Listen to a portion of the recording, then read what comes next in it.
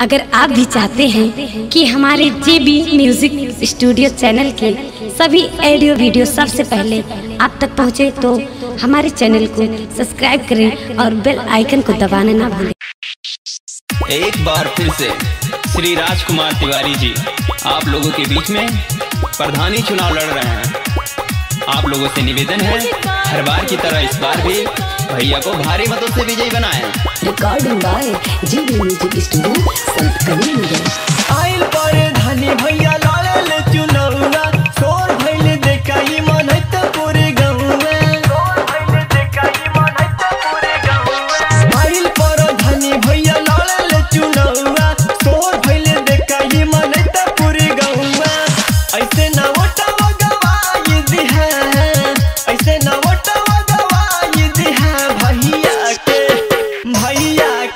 अब की जीताई दिहा विजयी के माला पहिराई दिहा।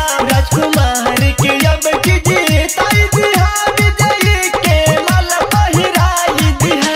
राजकुमार भैया जिंदाबाद जिंदाबाद जिंदाबाद, कुमार भैया जिंदाबाद जिंदाबाद जिंदाबाद। प्रधान हमारा कैसा हो, राजकुमार जैसा हो। प्रधान हमारा कैसा हो, राजकुमार जैसा हो। दिहले आवास कितना पेंशन लगाई, 5 साल बीताला पे गईला भुलाई।